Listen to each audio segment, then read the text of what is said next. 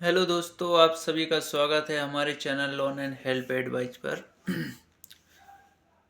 दोस्तों, पहले मैंने कई बार ऐसा बोला भी है, जब कोई मुझसे बात करता है तब भी मैं उसको समझाता हूँ कि आप अपनी परिस्थिति देखें पहले, इसके बाद लॉयर से हेल्प लें। ठीक है।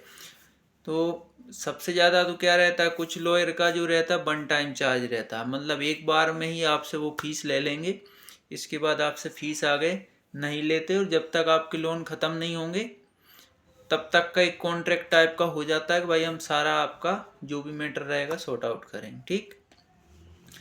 लेकिन कुछ जैसे कि एप्लीकेशंस हैं, आप उनसे आप हेल्प ले रहे हैं, उनका जिनका मंथली चार्ज रहता है, हर महीने आपको पे करना है, तो उनसे अगर आप हेल्प ले रहे हैं तो थोड़ा सोच समझ कर लें। जैसे कि आप एकदम से आप चाहें कि एक महीने हेल्प ले ली, पैसे आपने वेस्ट कर दिए आपके, अब अगले महीने का अरेंजमेंट नहीं है आपके पास, तो इसमें क्या रहेगा कि आपका एक महीने का पैसा है ना, वो वेस्ट हो जाता है।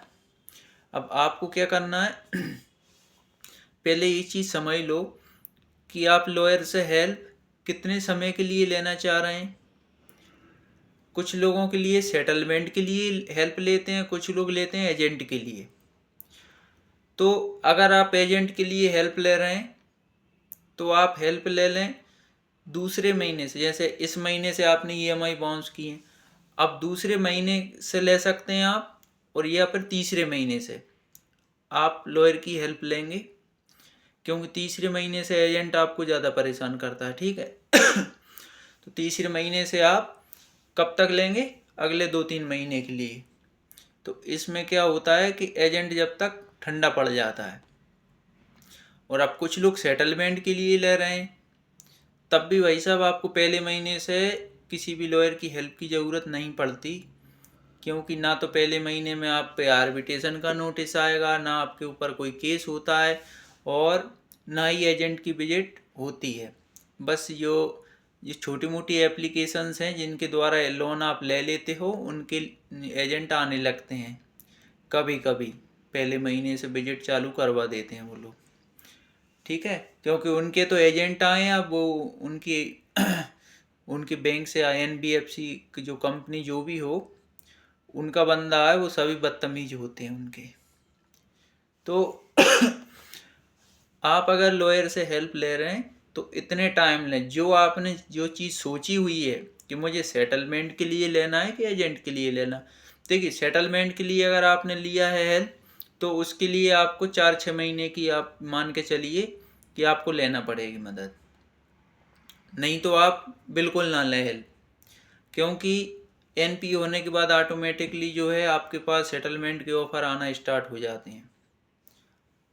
तो आपको क्या करना है, सेटलमेंट के लिए अगर आप हेल्प ले रहे हो तो फिर आपको मान लीजिए तीसरे महीने से ले रहे हैं आप, है ना, तो अगले 3-4-5 महीने आपको हेल्प लेना पड़ेगी, क्योंकि सेटलमेंट का अच्छा ऑफर इतनी जल्दी बैंक नहीं देता। चाहे आप लॉयर की सपोर्ट ले लें चाहे ना लें, क्योंकि बैंक लॉयर के आधार पर थोड़ी चल रहा है, बैंक चल रहा है उसके नियम आधार पे। उसको कितने दिन में कितने परसेंट में सेटलमेंट का ऑफर देना, वो बैंक के पास रिकॉर्ड में सब रहता है अपने हिसाब से, और एजेंट के हिसाब से। बैंक ना तो एजेंट की बात सुनती है बैंक, ना ही वो किसी लॉयर की सुनेगी। उनका तो एक टारगेट रहता है कि लोन डिफ़ॉल्टर को इतने महीने हो जाएं तो उसको कितने परसेंट तक आप डिस्काउंट दे सकते हो। बस वो ऑफ़र आपको मिलता है। ठीक है। और अगर आप एजेंट के लिए आपने हेल्प ली है तो आप ज़्यादा परेशान ना हो, तीसरे चौथे महीने में 2 महीने भी आप हेल्प लेंगे लॉयर की तो आपका काम हो जाएगा। अब रह जाता है मैटर कि लोग बाग विचार करते नहीं हैं। एक बार जैसे कि उन्होंने हेल्प ले ली, एक महीने पैसे दिए और अगले महीने पैसे देने हैं नहीं लॉयर के लिए। ठीक।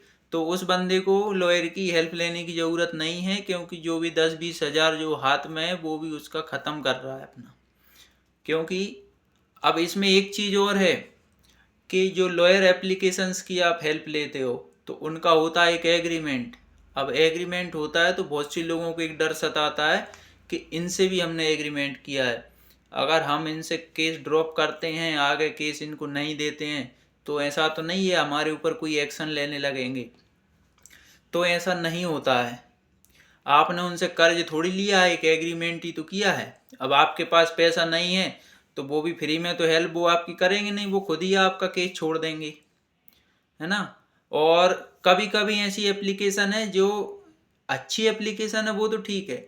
बहुत सारे ऐसे टुच्ची एप्लीकेशंस हैं कि जिनसे आप केस वापस ले लेते हो, तो वो आपका नंबर भी वहाँ ऐसी जगह डाल देते हैं कि दूसरों के कॉल्स भी आपके पास आने लगते हैं। मतलब दूसरे का कॉल भी आपके यहाँ फॉरवर्ड कर देते हैं वो लोग, कि ये सामने वाला और परेशान हो। तो आप हर जगह ऐसे, मतलब जो जिम्मेदार लॉयर है, समझदार है, उससे आपको हेल्प लेना। हर जगह किसी से भी हेल्प लेते नहीं फिरना है। आप 2-5 हज़ार रुपये बचाने के चक्कर में ऐसी जगह पहुंच जाते हो कि वो बंदा आपके लिए मुसीबत बन जाता है। और अब यहाँ तक ठीक है, तो मैं यही चीज़ बोलना चाह रहा हूँ कि बहुत से लोगों को एक तो डर लगता है कि एग्रीमेंट हुआ है, तो दोस्तों आपके पास पैसे नहीं है, आप बिल्कुल ना दें। उनसे साफ साफ बोल दें, आगे हम आपकी फीस का अरेंजमेंट नहीं कर पाएंगे, वो खुद ही आपका केस ड्रॉप कर देंगे क्योंकि बिना पैसे लिए वो आपकी हेल्प नहीं करेंगे, ठीक है। और जिनके पास पैसे नहीं हैं पर्याप्त, 2-4 महीने का भी अगर वो लॉयर को नहीं दे सकता है, तो वो इन एप्लीकेशन की हेल्प ना ले, वो 1 टाइम वाला लॉयर सिलेक्ट करें कोई भी, जिसको आप 8-10 हज़ार जो भी देना हो दे दो 1 टाइम में। और हर नोटिस का उससे फॉर्मेट लो, हर नोटिस का उससे जवाब दिलवाओ।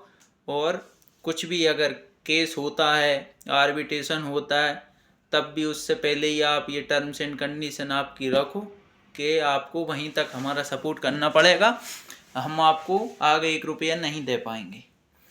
क्योंकि लॉयर क्या करते हैं, उनकी फीस ले लेते हैं। अब किसी पे केस हो गया तब वो ये बोल सकते हैं आपसे कि वहाँ तक आने जाने का खर्च तो आपको देना पड़ेगा, हम आपके साथ खड़े हैं लेकिन हम किराया थोड़ी हम भोगेंगे, वो आपको देना पड़ेगा, हमारा खर्च तो उठाना पड़ेगा। तो अब आप तो फंसे हुए हैं, आपने तो पहले जो देना था दे दिया। और ये चीज़ ज़रूर होगी, इस चीज़ को आप समझो। कोई भी लॉयर ले लेता है 10-11 हज़ार ले लिए, अब वो बैठा है मान लीजिए दिल्ली में बैठा है, बॉम्बे में बैठा है, और कोलकाता उसको जाना है, तो लॉयर तो बस से जाएगा नहीं, तो कम से कम ट्रेन का किराया ना तो वो भोगेगा, वो तो आपके ऊपर लगा देगा चार्ज। बोले आप इतना देना पड़ेगा तो हम आपकी मदद करेंगे, है ना। पहले सारी चीज़ें क्लियर करना है लॉयरों से, तब उनकी हेल्प लें। पता चले पैसा वेस्टेज जा रहा है अपना, कोई रिजल्ट नहीं मिल रहा है उसका। और अगर सेटलमेंट के लिए आप हेल्प ले रहे हैं, तो सेटलमेंट के लिए आपको हेल्प लेने की ज़रूरत नहीं है। सेटलमेंट का ऑफर तो बैंक आगे रहकर आपको देता है। और लॉयर की हेल्प लेते हैं तो आपका जो है ज़्यादा परसेंटेज पे सेटल होगा, और आप जब अपने से स्वयं से करेंगे तो कम में होगा, ठीक है ना। क्योंकि बैंक सब समझता है कि आप लॉयर का खर्च उठा रहे हैं, आप थोड़ा बहुत ऊपर दे सकते हैं, इसलिए लॉयर भी सोचता है सामने वाले ने मेरी हेल्प ली है तो जल्द से जल्द इसका सेटलमेंट हो जाए, मेरी भी बात रह जाएगी। अब वो 2-5% ऊपर करवा देता है आपका सेटलमेंट, ठीक है ना दोस्तों।